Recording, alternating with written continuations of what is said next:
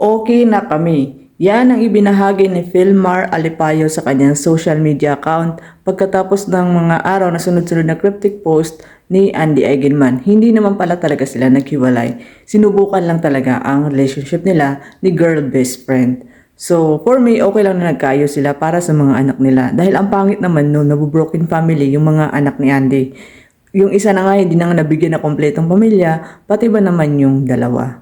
And kung hindi rin naman sila magkakaayos, is pumunta naman doon yung mga lolo at lola ni Andy para ayusin sila.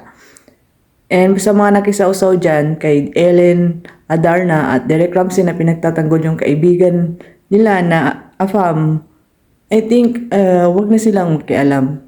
Sarili desisyon na yun ni Andy na ayusin niya para sa mga anak niya. At saka sinabi naman ni Andy na hindi daw nag-cheat si Philmar sa kanya. It's just that tuwing nag-aaway daw sila, sinasabi ni girl best friend na iwanan na siya o hiwalayan na siya ni Philmar. Pero marami rin namang red flag si Philmar pero tinanggap pa rin siya ni Andy. So ibig sabihin lang doon patay na patay si Andy sa kanya. Ibig sabihin lang doon pinaglalaban talaga ni Andy si Philmar. Iniwan nga ang lahat para kay Philmar eh. Lalo na ngayon na malaking kapit niya dahil may anak sila ni Philmar. And I think ito naman si Philmar, parang pinili niya rin si Andy. Parang ayaw na niya na matulad sa mga dating ka-relationship nila. Para sa kaalaman ng lahat, si Philmar po ay mabenta sa mga AFAM. Sa mga ibang lahi, lalo na yung mga European. Yung katulad na beauty ni Philmar, yun ang kuhang-kuha ang puso ng mga AFAM. Hindi natin alam kung saan magaling si Philmar. Pero according sa mga hearsay, marites tayo eh, si Philmar ay mabenta talaga sa mga AFAM na babae. Yung dati niyang asawa is isang AFAM na babae.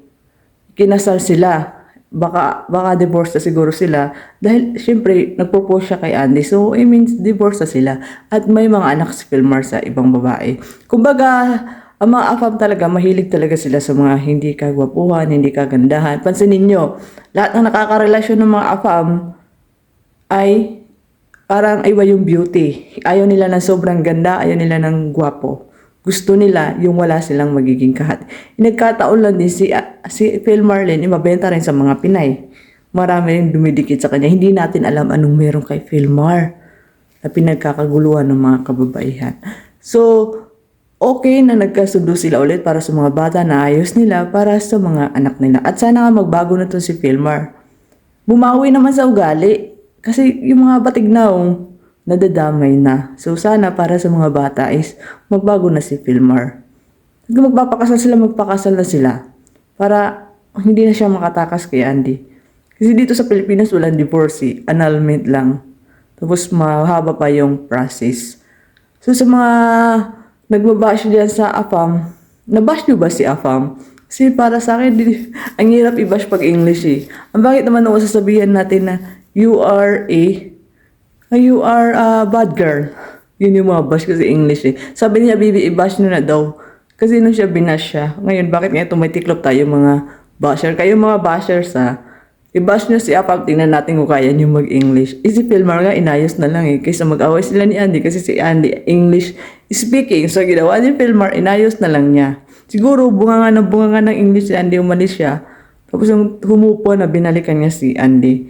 So, tigilan na natin itong pagbabarati sa buhay ni Philmar Alipayo at Andy Eigenman dahil nagbalikan sila. Sila na ulit. Hayaan na natin si Andy na magpaamartir hanggang sa mauntog siya sa katotohanan. Ganun talaga pagmamahal. Wala na tayong magagawa. Love is blind.